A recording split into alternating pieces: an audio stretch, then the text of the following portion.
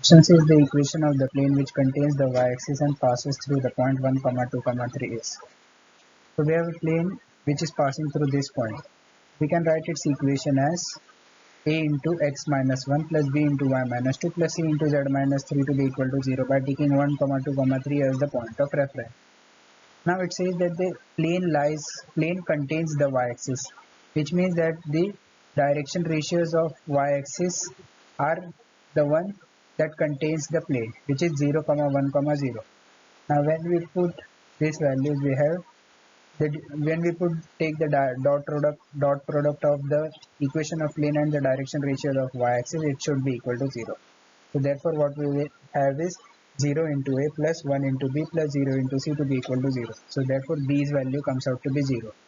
So what will be remaining in the equation of plane is a into x minus 1 plus c into z minus 3 to be equal to 0.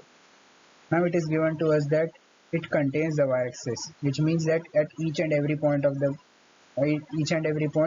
x should be equal to 0 and z should be equal to 0. So therefore we have minus a minus 3c to be equal to 0. Therefore we have a to be equal to minus 3c.